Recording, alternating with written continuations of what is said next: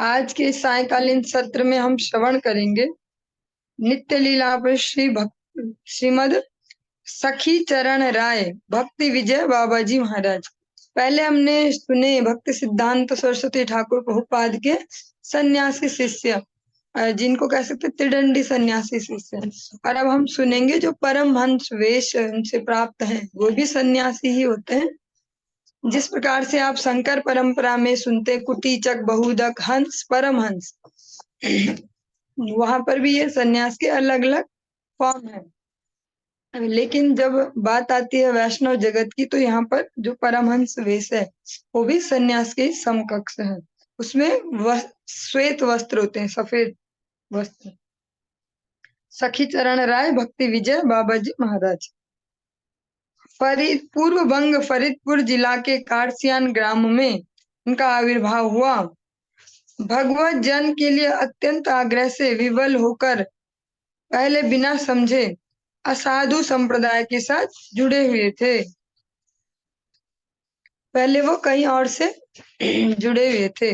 केवल जिस प्रकार हम देखते हैं समाज में आज भी बहुत सारे भावुक होते हैं और फिर भगवान के नाम पे या भक्ति के नाम पे कहीं कहीं भी शरणागति ले लेते हैं। फिर 1915 में अति मर्त्य महापुरुष श्रील भक्ति सिद्धांत सरस्वती गोस्वामी ठाकुर के चरण दर्शन का सौभाग्य प्राप्त हुआ। श्रील प्रभुपाद के दिव्य दर्शन, शुद्ध भजनादर्श, अत्यंत दैन्यता पूर्वक मधुर व्यवहार और श्रीमुख से वीर्यवती हरि कथा सुनकर एवं उसका सार समझकर जगत में शुद्ध अशुद्ध वैष्णव, सत्य धर्म एवं धर्म व्यवसायी और सदगुरु एवं व्यवसायी गुरु, बहुत स्पष्ट शब्द हैं। शुद्ध अशुद्ध वैष्णव, अब हम कहेंगे वैष्णव भी शुद्ध अशुद्ध होते हैं भाई। सत्य धर्म एवं धर्म व्यवसायी, एक्चुअल में जो धर्म है या जो धर्म का धंधा चल रहा है, जिसको लोकल भाषा में बोले धर्म का व्यवसाय है। सदगुरु या व्यवसायी गुरु, एक तो सच में बोनाफाइड गुरु जिनको कहेंगे सदगुरु, एक है शिष्य विद्यापहार का, एक सो कॉल्ड सतगुरु। एक तो होंगे शिष्य संतापहार का और एक है शिष्य वित्तापहार का। इस विषय में तब ये ठीक से समझ पाए जब प्रभुपाद जैसे ओजस्वी वैष्णव के मुख से हरि कथा सुनी। वरना भाव में तो हम सभी बह ही रहे। अरे वृंदावन में एक है हमारे गुरुदेव, वो कथा करते हुए ऐसे वैसे, हजारों मिल जाएंगे ऐसे। हम उससे जुड़े हैं ना, हम उनसे जुड़े, हम उनसे जुड़े। ऐसे ही ये भी पहले कहीं और जुड़े थे, लेकिन जब प्रभुपाद के मुख से वीर्यवती वास्तविक हरि कथा सुनी, तब जो ये सारा असत सद विचार है इनको संपूर्ण रूप से पता चला और वास्तविक ज्ञान प्राप्त हुआ। तब उन्होंने सब कुछ छोड़कर एकांत भाव से श्रील प्रभुपाद भक्ति सिद्धांत सरस्वती गोस्वामी ठाकुर के चरण में नित्य काल से पूर्ण शरणागति पूर्वक आश्रय लेकर उनसे हरिनाम और पंचरात्रिक दीक्षा ग्रहण की। उसके पश्चात श्रील प्रभुपाद से बहुत महद उपदेश एवं शिक्षा लेकर शुद्ध भाव से श्री कृष्ण भजन करते रहे। और वे एक व्यवसायी थे, वे नमक का कारोबार करते थे। सदगुरु के चरणाश्रय से कृपा प्राप्त होकर श्री हरिनाम ग्रहण के पश्चात उनका जो कारोबार है, जो बिजनेस है, वो भगवान की इच्छा से कुछ ज्यादा ही अच्छा चल पड़ा। उनके वाणिज्य का जो नाम है उसको नाम दिया उन्होंने सखी चरण राय एंड सन्स प्राइवेट लिमिटेड। और जो उस कारोबार से उन्हें धन प्राप्त होता था, जो अपनी नेसेसिटीज के लिए, आवश्यकताओं के लिए, उतना उसके अतिरिक्त जो होता, वे उसको श्रील प्रभुपाद के अनुगत्य से प्राण भरकर, मीन्स बड़े प्रेम से, किलास के नहीं देते कि छी अब इनको भी देना पड़ेगा, वो आ गए ये भी। श्री धाम मायापुर में श्रीमन महाप्रभु एवं श्री चैतन्य मठ की सेवा में उत्सर्ग कर देते। इस प्रकार परम सेवा उत्साह से संतुष्ट होकर श्री नवद्वीप धाम प्रचारिणी सभा में श्रील प्रभुपाद ने उनको भक्ति विजय उपाधि से विभूषित किया। श्री धाम मायापुर स्थित श्रीमन महाप्रभु की आविर्भाव स्थली, श्री योगपीठ, श्री मंदिर, श्री चंद्रशेखर भवन, श्री चैतन्य मठ में समस्त जो कह सकते हैं उस समय जो उन्होंने प्रैक्टिकल सेवा की वो थी लाइट की व्यवस्था। एवं श्री चैतन्य मठ में बृहद भक्ति विजय भवन, ये सब श्रीपाद सखी चरण प्रभु के अर्थानुकूल्य से हुआ। मीन्स उन्होंने जो धन सेवा में दिया उससे हुआ, और उनके अर्थानुकूल्य से श्री चैतन्य चरितामृत का बृहद रूप से चतुर्थ संस्करण प्रकाशित हुआ।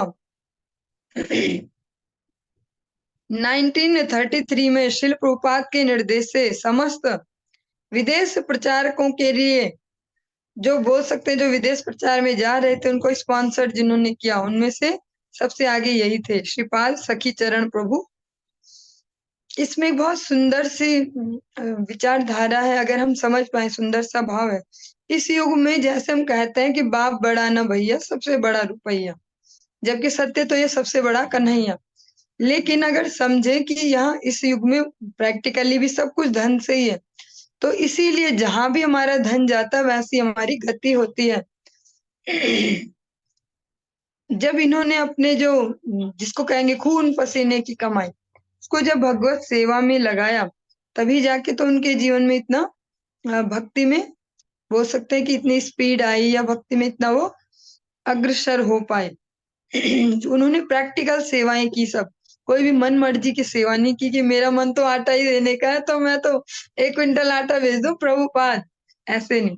जब देखा जो सीन है, जब ग्रंथों के लिए चाहिए उनके प्रकाशन के लिए तो वो, जब लाइट फिटिंग के लिए चाहिए तो वो, अच्छा विदेश जा रहे प्रचारक तो मैं देता हूँ, स्पॉन्सर मैं करता हूँ।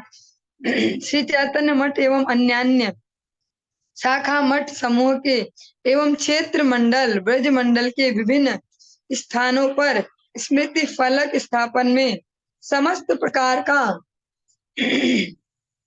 व्यय भार वहन किया।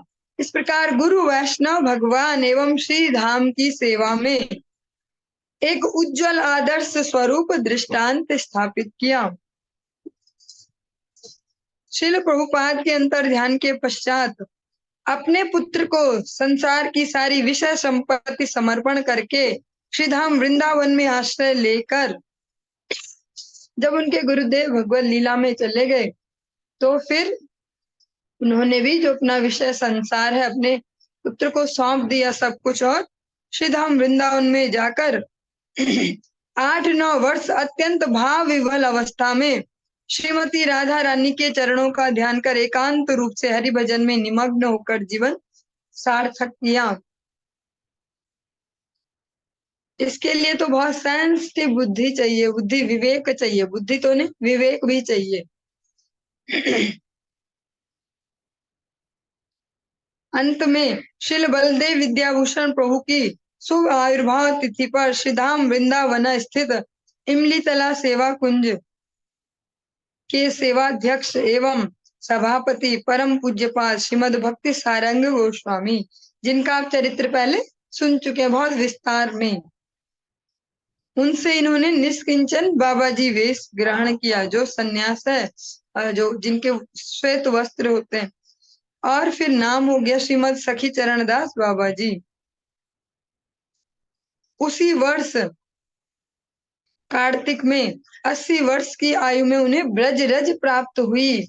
जीवन की जो अंतिम गति वो ब्रज में ही प्राप्त हुई। बहुत ही रेयर है ऐसा कि अंत समय में जब व्यक्ति की ज्यादा आसक्तियां हो जाती हैं, ज्यादा डर हो जाते हैं, ज्यादा टेंशन हो जाती हैं, उस समय वो भगवत चरणों में खुद को समर्पित कर दे और भगवत धाम में ही अपनी गति ले ले।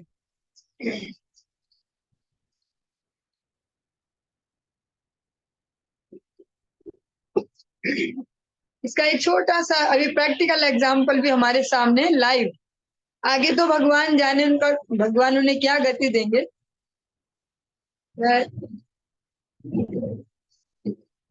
ऐसे श्रीधाम वृंदावन में जो मंदिर है गुरुदेव के द्वारा स्थापित श्री चैतन्य महाप्रभु गौड़ीय मठ, वहां पर एक बहुत बूढ़ी सी मासी है, उनका नाम है बड़ी मासी।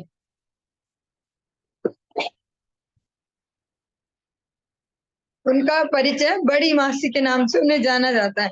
उनको अगर देखेंगे, आप में से कई सारे लोगों ने दर्शन नहीं किया होगा क्योंकि आप लोगों में से बहुत से नए हैं, तो उनको देखेंगे तो बहुत ही सूखा सा शरीर, और एक्चुअल में अगर उनको देखा जाए तो खड़ी नहीं रह सकती कि जो कमर है नहीं, समझो सारी हड्डियां इधर उधर हो चुकी हैं। हम लोगों ने उन्हें पहले से देखा तो इसे समझ सकते हैं। वो बेल्ट बांध के कमर पे तब जाके वो लगती है कि मनुष्य है। अगर बेल्ट खोल देंगे तो धड़ाम से गिर जाएगी, ऐसे अंजर पंजर सारे ऐसे। लेकिन वो इस अवस्था में भी वो बेल्ट बांध के कमर पे ठाकुर जी के लिए सुबह नाश्ते की जिम्मेदारी खुद से ले रखी स्वेच्छा से कि ठाकुर जी को मैं ही खिलाऊंगी बाल भोग। और अभी भी, और बहुत ज्यादा उनकी एज हो चुकी है, शरीर में सामर्थ्य भी नहीं। और उनके जो परिवार है, ऐसा नहीं है कि परिवार ने भेज रखी भगा दी बेचारी माता जी तब मठ में रह रही है। परिवार में जो बच्चे हैं, नाती पोते अभी भी बार बार आते हैं, प्रार्थना करते कि आप चलो अब हमारे साथ, अब आप सेवा नहीं कर पा रहे हो यहाँ, आप हमारे साथ चलो, हम आपकी सेवा करेंगे। तो वो उनको आंसर क्या देती हैं, सारा जीवन यहाँ दिया और अंत में मरने के लिए वहां होंगे तुम्हारे घर में, ठाकुर जी जो करेंगे अब यही करेंगे। तो जो हमने भी चरित्र सुना उससे हम अगर वर्तमान परिप्रेक्ष्य में एग्जाम्पल लें तो इससे अच्छा एग्जाम्पल नहीं हो सकता। उनका भाव भी हम देखते हैं, अलग से भी उन्होंने गोपाल जी रखे हैं।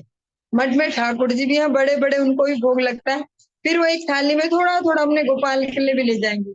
अलग से स्नान कराओ, विग्रह सेवा करो, और उस जो हिलता डुलता शरीर है जो बेल्ट से बंधा हुआ है उससे भी सेवा में लगी रहती है। वो ये नहीं आ नहीं करती रहती कि मेरी सेवा करो अब। तो ये बहुत रेयर है, इसीलिए कहा जाता है कि समय रहते जब तक बुद्धि विवेक है भगवत चरणों में लगा लो जोर लगा के जबरदस्ती, वरना बहुत मुश्किल है। एक छोटा सा चरित्र और श्रवण करेंगे और इसके बाद कक्षा को यही विराम देंगे क्योंकि बारिश बहुत तेज हो रही तो आवाज में डिस्टर्बेंस हो रही।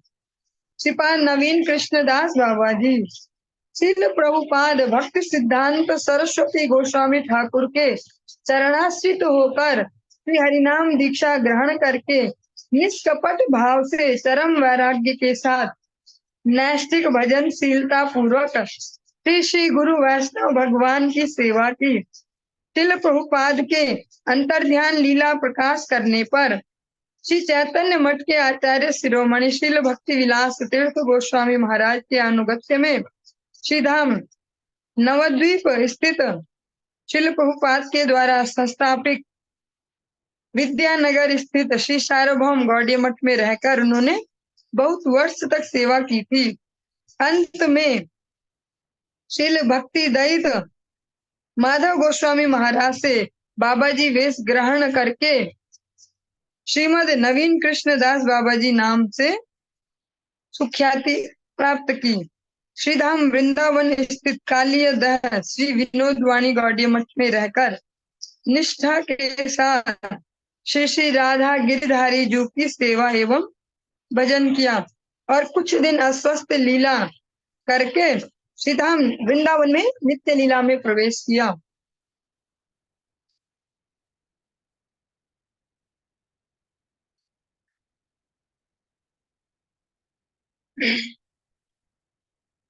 चलिए एक और चरित्र भी श्रवण कर लेते हैं। ये चरित्र है इतने सुंदर कि इनको उनका लोभ नहीं छोड़ा जा सकता। अब हम सुनेंगे श्रीमद ब्रज बिहारी दास बाबा जी महाराज का मंगलमय चरित्र। आसाम प्रदेश के गोयालपाड़ा जिला अंतर्गत रंजुली नाम के ग्राम में बाबा जी महाराज का जन्म हुआ। आसाम प्रदेश में श्रील प्रभुपाद जब चैतन्य वाणी प्रचार करते रहते थे उस समय उनके दिव्य दर्शन और हरि कथा सुनकर वे श्रील प्रभुपाद के प्रति आकृष्ट हुए एवं श्री चरण में आश्रय लेकर हरि नाम दीक्षा ग्रहण की। दीक्षा के बाद श्रील प्रभुपाद ने उनको श्रीपाद यादवानंद ब्रह्मचारी नाम दिया। उनका श्री गुरु वैष्णव भगवान और मठ की सेवा में अत्यंत उत्साह प्रीति और अनुराग देखकर श्रील प्रभुपाद ने बहुत संतुष्ट होकर मठ की विशेष दायित्वपूर्ण सेवा उनको प्रदान की। श्रील गुरुदेव प्रभुपाद के निर्देशानुसार कटक, पुरी, काशी, गया, नैमिषारण्य, लखनऊ इत्यादि श्री मठ के रक्षक के रूप में सेवा करके बहुत कृपा आशीर्वाद प्राप्त हुआ। कटक स्थित सच्चिदानंद गौड़ीय मठ में रहने के समय मुख से हरिकथा और शिल प्रभुपाद की महिमा सुनकर श्रीयुक्त निशिकांत सान्याल महोदय श्री गौड़ीय मठ एवं शिल प्रभुपाद के प्रति आकर्षित हुए। शीघ्र ही उन्होंने शिल प्रभुपाद के श्री चरणाश्रय करके श्री हरिनाम दीक्षा ग्रहण कर श्रीपाद भक्ति सुधाकर दासाधिकारी नाम से सुख्याति अर्जन की। श्रीपाद यादवानंद ब्रह्मचारी ने श्री मठ में शिल प्रभुपाद के द्वारा आयोजित संप्रदाय वैभवाचार्य परीक्षा में अत्यंत साफल्य के साथ प्रथम स्थान प्राप्त किया। श्रील प्रभुपाद की अप्रकट लीला के पश्चात यादवानंद ब्रह्मचारी ने पूज्यपाद भक्ति सारंग गोस्वामी महाराज से निष्किंचन बाबाजी वेश ग्रहण करके श्रीपाद ब्रज बिहारी दास बाबाजी महाराज नाम से गौड़ीय वैष्णव के बीच ख्याति प्राप्त की।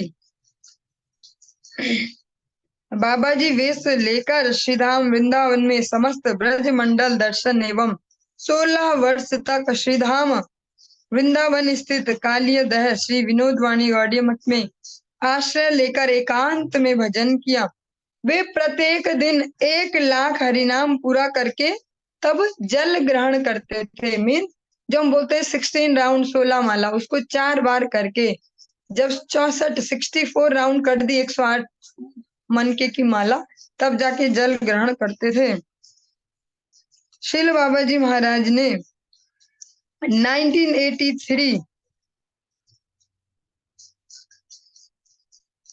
2 नवंबर को कृष्ण द्वादशी तिथि में पूर्वाहन 9 बजे कालियदह विनोद वाणी गौड़ीय मठ में अपनी अंतर्ध्यान लीला प्रकाश की।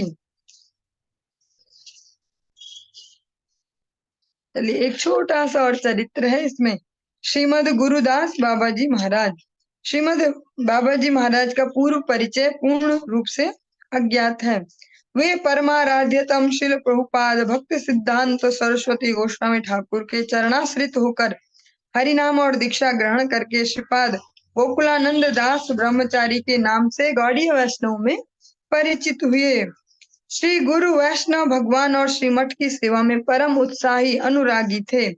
उनकी माधुकरी भिक्षा पाठ कीर्तन प्रचार कार्य आदि सेवा निष्ठा से श्रील प्रभुपाद और समस्त मठवासी गुरु भ्राता संतुष्ट थे, जिससे वे सबके प्रीति भाजन हुए, सबके प्रेम के पात्र हुए। श्रील प्रभुपाद के निर्देश से प्रयाग श्री गौड़ीय मठ में बहुत सेवा की। श्रील प्रभुपाद की अप्रकट लीला के पश्चात श्रीपाद गोकुलानंद ब्रह्मचारी ने श्रील भक्ति रक्षक श्रीधर गोस्वामी महाराज से परमहंस वेश ग्रहण करके श्रीमद गुरुदास बाबाजी महाराज के नाम से गौड़ीय वैष्णव में सुख्याति अर्जित की। ब्रज मंडल, क्षेत्र मंडल और गौड़ मंडल सर्वत्र श्री गौड़ीय मठ में जा जाकर उन्होंने बहुत प्रकार की सेवाएं की और अंतिम समय में श्री क्षेत्र श्री जगन्नाथ धाम में श्रीमन महाप्रभु के अति प्रिय स्थान एवं प्रियतम पार्षद श्री गदाधर पंडित के प्राणधन श्री आई टोटा गोपीनाथ में मंदिर में रहकर तीव्र भजन किया। अंत में वहां 13 दिसंबर 1982 13 दिसंबर 1982 सोमवार कृष्ण चतुर्दशी को सारंग ठाकुर की शुभ तिरोभाव तिथि पर श्रीमद भक्ति प्रपन्न तीर्थ महाराज के हाथ से जल पीकर पूरी रात्रि समस्त मठवासियों के साथ श्री कृष्ण सहस्त्र नाम, श्री राधा सहस्त्र नाम एवं उच्च हरिनाम संकीर्तन श्रवण करते हुए ब्रह्म मुहूर्त 4:27 श्री टोटा गोपीनाथ जी की निशांत लीला में प्रवेश करके अंतर्ध्यान लीला प्रकाश की। निशांत लीला में जो हम प्रथम याम कीर्तन श्रवण करते हैं पूरे कार्तिक मास में, वही निशांत लीला कहलाती है।